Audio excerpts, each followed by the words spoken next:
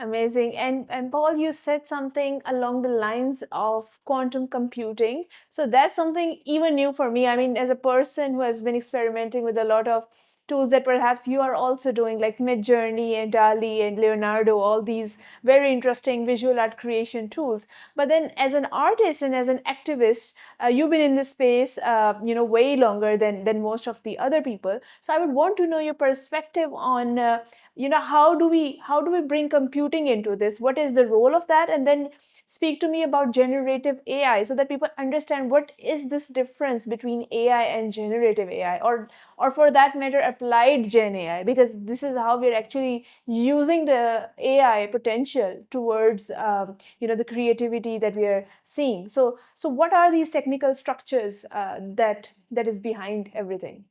Yes, so I mean, I'm not a deep technical person, but I think in layman's terms, what I saw was that 10 years ago when I started creating AI accelerators, AI was a difficult to acquire skill.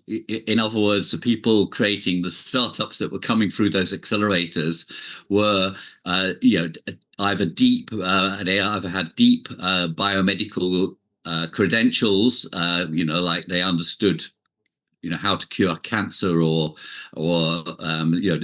sort of medical topics like that, Yeah. or they had very deep data science creds. Um, they'd studied data science and they understood about models and things like that. And I think what's happened with Gen AI is, although you still need deep skills to create the models, the foundation models, what Gen AI has done is it's opened up AI to the layman, to anybody, because in a way Yes. it's become a skill about how you prompt, how you manipulate these different models, how you play with them. And it's very, very playful. I mean, you don't have to be a scientist or a technical person any longer. To go a little bit and to stretch those models, maybe you do have to learn a few additional skills, like how to create your own personal models around AI. Around, also people use things like stable diffusion. In fact, I've just been doing a course myself with stable Okay. diffusion and creating models. But yeah, I think my message to artists in particular is that these are easy. These are tools that are easy to acquire and easy to use, and it's all about experimenting and trying as many tools as you can. So I'm not going to come out on the side of particular tools, I don't think, and saying, I've tried this particular tool and I know this particular tool is better than the other, Mm-hmm. because it's such a fast Yeah. moving field that whatever I say is a great tool today, tomorrow it will be overtaken by something else.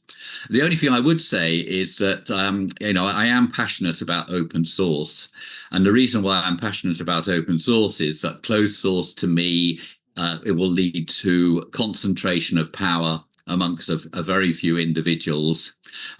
It's really taking your data and it's using it against you potentially. Whereas I think that what open source does is it harks back to the early days of the internet, and it creates a resource that's available for all of us, and therefore it democratizes and it leads to diversity and all of those good things. It leads to the ability to become, to spread entrepreneurship, whereas the centralized models actually almost stop entrepreneurship.